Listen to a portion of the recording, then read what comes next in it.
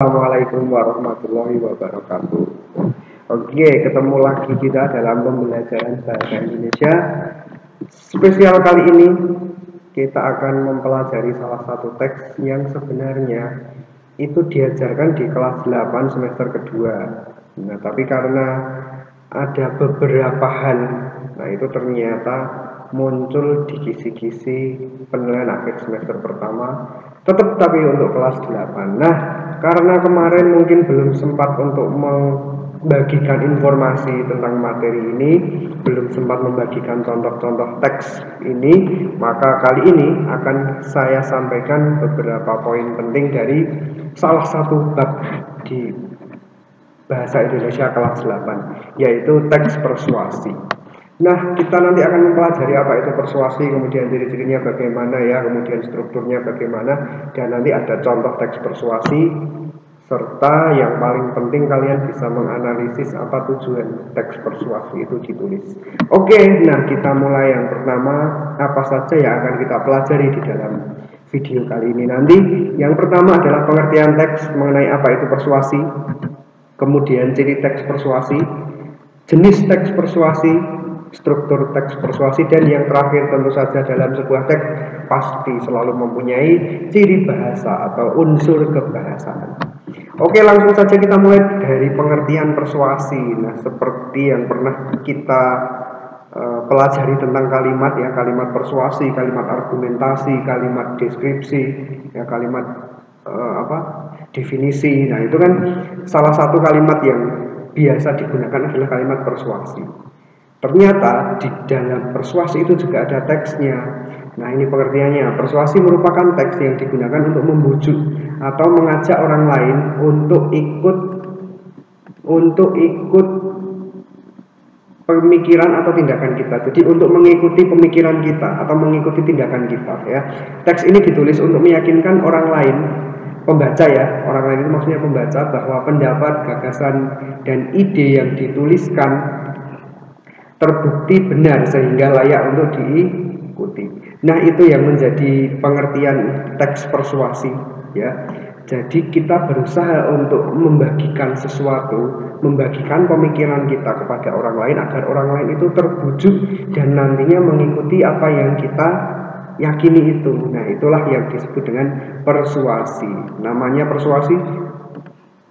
persuasi berarti ini maknanya sebenarnya adalah mengajak ya, mengajak, atau mungkin kamu memahaminya sebagai teks yang isinya itu berupa ajakan ya, atau rayuan atau bujukan. Nah, nanti akan muncul di jenis-jenis teks persuasi. Dengan demikian teks ini memakai kata-kata ajakan ya. Jadi fokus teks persuasi ini adalah teks yang berusaha untuk membujuk orang lain agar mengikuti tindakan kita. Harus secara konsep kamu harus memahami konsep persuasi ini dulu. Gitu. Next kita lanjutkan untuk materi yang kedua, yaitu ciri-ciri persuasi. Nah, ciri-ciri persuasi yang pertama berisi fakta dan data. Kenapa fakta dan data itu harus ada? Karena untuk meyakinkan seseorang kita perlu memberikan data, kita perlu memberikan fakta yang berupa kenyataan ya. Fakta itu kan kenyataan, realitas, apa yang benar-benar ada, apa yang benar-benar terjadi. Sementara kalau data itu bisa berupa angka, bisa berupa tanggal, waktu ya, yang itu benar-benar memberikan penjelasan konkret ya. Jadi orang lain kan kalau kemarin pada tanggal 20 November ada kegiatan ini misalnya, orang kan akan percaya, oh berarti ada tanggalnya, ini berarti informasi yang betul ya. Itu yang dimaksud mengapa harus mencantumkan fakta atau data di dalam teks persuasi. Ini penting untuk mengajak orang lain, membuat orang lain percaya dan yakin pada suatu hal yang kita sampaikan. Jadi fakta dan data itu berpengaruh pada kepercayaan orang lain pada omongan kita ya. Kalau omongan kita itu nggak yakin, nggak meyakinkan, ya orang nggak akan percaya. Nah, itu ya. Next, kemudian yang kedua yaitu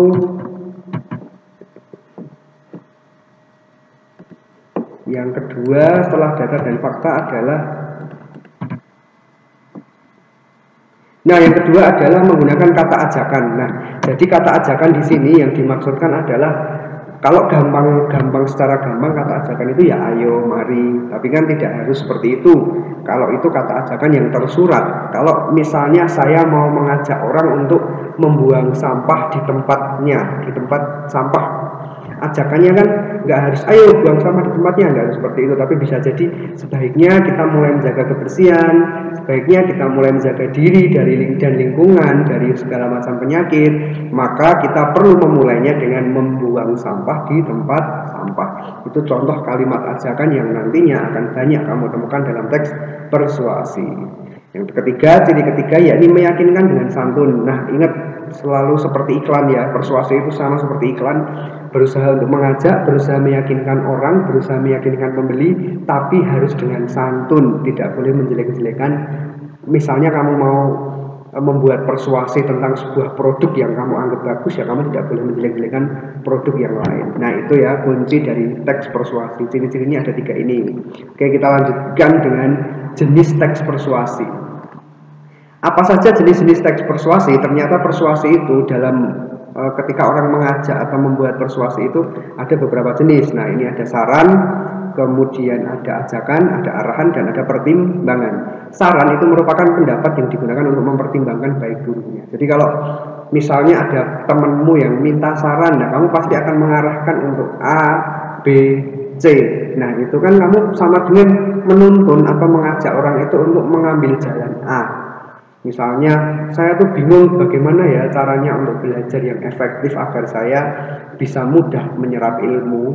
Pertama, kamu bisa aja menyarankan, coba kamu cari tempat yang sepi, terus kamu belajar sendiri. Dengan menyarankan itu kan sama dengan kamu mengajak orang itu untuk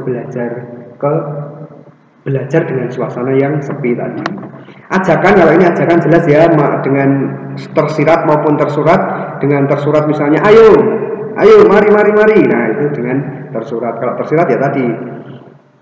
Kemudian arahan, petunjuk untuk melakukan sesuatu. Nah, misalnya arahan ini biasanya ada di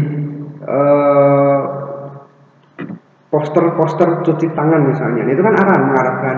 Pertama, buka keran air, kemudian usap-usaplah bagian punggung tangan, kemudian usap-usaplah sela-sela jari-jari. Itu kan petunjuk arahan melakukan sesuatu. Nah, itu juga sebenarnya persuasi, mengajak kita untuk melakukan itu. Nah, gitu ya. Maksudnya persuasi itu bisa dimaknai dalam beberapa poin sebenarnya. Yang terakhir, pertimbangan pendapat tentang baik dan buruk suatu hal. Nah, nanti kalau ini pertimbangan, ini kelasnya ada kelas guru, kemudian guru BK misalnya yang nantinya memberi pendapat tentang baik buruknya suatu hal, dan nanti kamu bisa mengikuti itu.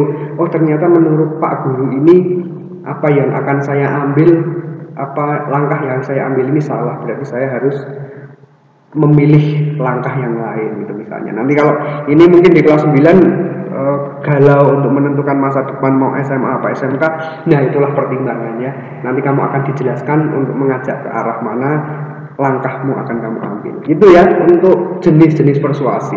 Ini konsep ini dipahami perbedaannya, jangan sampai lupa. Kita lanjutkan nomor poin ketiga, yaitu struktur teks. Nah, struktur teks persuasi itu ada 4 ya, meskipun nanti yang satu ini sebenarnya opsional. Yang bagian terakhir ini, yang pertama pengenalan isu. Dalam pengenalan isu nanti kamu akan dipaparkan masalah apa yang kamu bahas di situ. Misal kamu mau membahas tentang cuaca yang ekstrim, ya kamu jelaskan dulu cuaca ekstrim itu apa, mencairnya es di kutub, perubahan iklim, hujan yang tidak menentu, musim kemarau yang panjang dan sebagainya. Itu dijelaskan dulu. Kemudian di bagian kedua nanti ada rangkaian argumen, atau bisa juga disebut sebagai argumen aja ya. Nanti isinya ini fakta ya, fakta yang diikuti dengan pendapat-pendapatmu. Nanti akan tak jelaskan di bagian selanjutnya, yaitu di bagian contoh teks persuasi. Yang selanjutnya pernyataan ajakan. Nah, setelah kamu memaparkan data atau fakta beserta opinimu ya, yang bagian terakhir ini ada pernyataan ajakan, ada rekomendasi ya, ada ajakan. Nah, seperti apa nulis ajakan dalam persuasi nanti juga akan kita pelajari dalam contoh teksnya. Nah, yang terakhir ini opsional sebenarnya, penegasan kembali atau kesimpulan. Ini opsional.